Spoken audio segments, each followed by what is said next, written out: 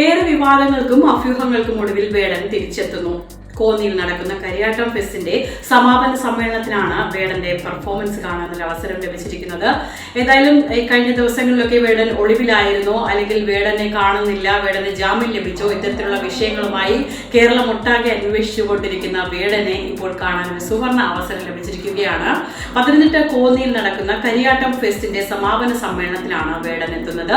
വേടൻ എത്തുന്നു എന്നാൽ മാത്രമാണ് നമ്മൾ അറിഞ്ഞിരിക്കുന്നത്. ഇതിന് എത്തുമോ ഇല്ലയോ എന്നുള്ള കാര്യത്തിൽ വ്യക്തതയില്ല. കാരണം ചില ലീഗൽ ഇഷ്യൂസ് അല്ലെങ്കിൽ ചില ലീഗൽ പ്രോബ്ലംസ് ഇതിന് ഇടയിലുള്ളത് കൊണ്ട് തന്നെ വേടന് പെർഫോമൻസ് ചെയ്യാൻ കഴിയുമോ എന്നുള്ളത് ഒരു വലിയ ചോദ്യമായി തന്നെ നിൽക്കുകയാണ്. ഏതായാലും കരിയാട്ടം ഫെസ്റ്റിന്റെ സംഘാടക സമിതിയുടെ അന്വേഷണത്തോളം കാലം വേടൻ എത്തുമെന്നാണ് അവർ നമുക്ക് ഉറപ്പ് നൽകിയിട്ടുള്ളത്.